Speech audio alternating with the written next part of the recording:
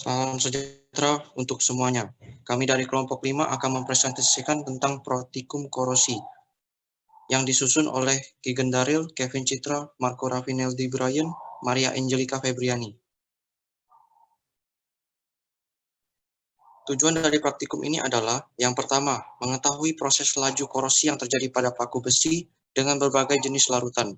Yang kedua, mengetahui faktor yang mempengaruhi laju korosi. Dan yang ketiga, mengetahui cara untuk mencegah terjadinya korosi. Landasan teori, pengertian korosi.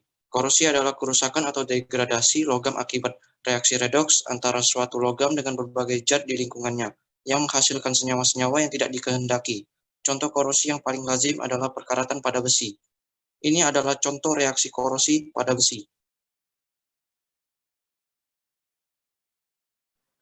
Faktor yang mempercepat laju korosi adalah yang pertama, air dan kelembapan udara, yang kedua adalah elektrolit, yang ketiga adalah permukaan logam yang tidak rata, yang keempat adalah terbentuknya sel elektrokimia.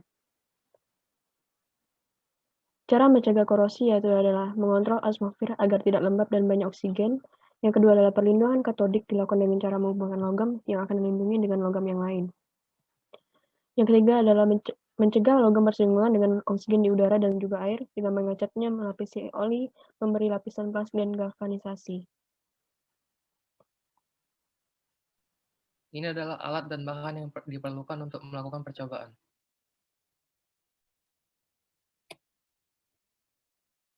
Langkah kerja. Yang pertama adalah amplas paku apabila paku tersebut berkarat atau tidak mengkilat.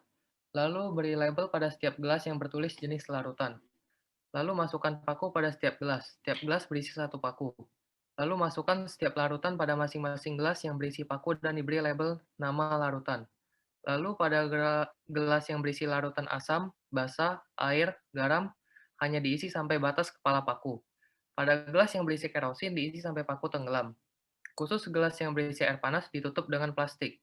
Lalu amatilah perubahan yang terjadi selama 4 hari. Ini adalah dokumentasi hasil pengamatan pada hari kedua. Lalu ini adalah dokumentasi hasil pengamatan pada hari keempat.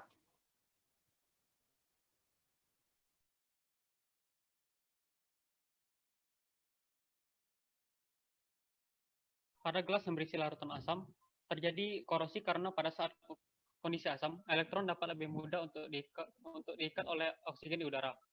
Pada gelas yang berisi larutan basa terjadi mengalami korosi yang cukup lambat karena tingginya pH yang terdapat pada larutan tersebut.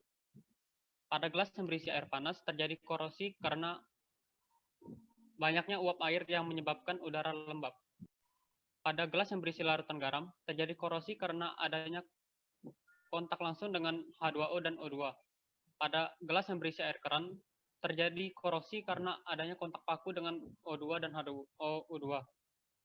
Pada gelas yang berisi kerosin tidak mengalami korosi, karena hal ini disebabkan kerosin merupakan senyawa hidrokarbon yang tidak memiliki kandungan oksigen sama sekali, sehingga dapat bertindak sebagai pelindung bagi permukaan paku dari kontak langsung dengan oksigen.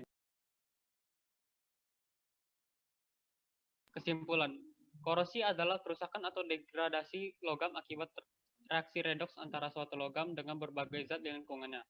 Faktor yang mempengaruhi adanya korosi ini adalah air yang menyebabkan oksidasi pada udara besi tersebut.